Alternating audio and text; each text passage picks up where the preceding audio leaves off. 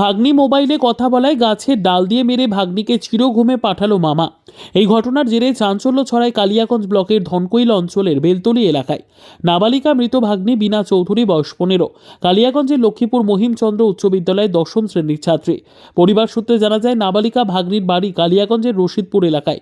সে মামার বাড়িতে গিয়েছিল। গত রবিবার ফোনে কথা বলার সময় মামা নিরঞ্জন বর্মনের সাথে বচসা হয় মৃত ভাগ্নির। সেই সময় মামা ভাগ্নিকে গাছের ডাল দিয়ে মারধর করলে গুরুতর আহত হয় ভাগ্নি। তড়িঘড়ি কালিয়াগঞ্জ স্টেট জেনারেল হাসপাতালে ভর্তি করানো হয়। অবস্থা আশঙ্কাজনক হওয়ায় ভাগ্নিকে রায়গঞ্জ মেডিকেল কলেজ ও হাসপাতালে স্থানান্তরিত করা হয়। সোমবার রাতে মারা যায় নাবালিকা ভাগ্নি।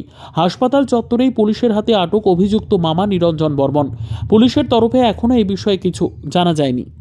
আর কি দিদি হচ্ছে কার সঙ্গে কথা বলছিল ফোনের মধ্যে, তখনকার মামা জিজ্ঞাসা করলো যে কার সঙ্গে কথা বলছিলিস। মামার নাম কি? নিরঞ্জন বর্মন। আচ্ছা। তো তখন দিদি বললো যে আমি হচ্ছে আমার বন্ধুর সঙ্গে কথা বলছি। তো তখন কাউ বললো কি যে কোন বন্ধুর সঙ্গে কথা বলছিস। তো ওটাই তখন রাগারাগি হওয়ার পরে এক থাপ্পড় মারছিল।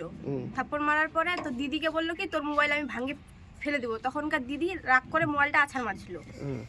ওরই মোবাইল হয় তো আছাড় মারছিল। তখনকার হচ্ছে ওটাতে রাগারাগি হওয়ার পরে তখন ওরকম মারপিট হচ্ছিল। মারপিট বলতে আর কি মারছিল দিদিকে, কি দিয়ে মারছিল? লাঠি দিয়ে মারছিল। আচ্ছা, তারপর কি হলো? তারপর তো হসপিটালে নিয়ে গেলাম। মাথায় মারছিল তো হসপিটাল নিয়ে গেছি। হসপিটাল নিয়ে যাওয়ার পরে রায়গঞ্জ কালিয়াগঞ্জে নিয়েছিলাম। কালিয়াগঞ্জ থেকে তারপর রায়গঞ্জে ট্রান্সফার করে দেওয়া হয়েছে। কালকে কখন ঘটনা? কালকে তো না, পরশু দিনে ঘটনা। পরশুদিন কখন হচ্ছে? সন্ধ্যা টাইপে। পরশুদিন সন্ধ্যা টাইপে। হ্যাঁ। আচ্ছা, তোমার দিদিকে এর মধ্যে কোনো ছেলের সঙ্গে চলে গিয়েছিল? হ্যাঁ হ্যাঁ হ্যাঁ।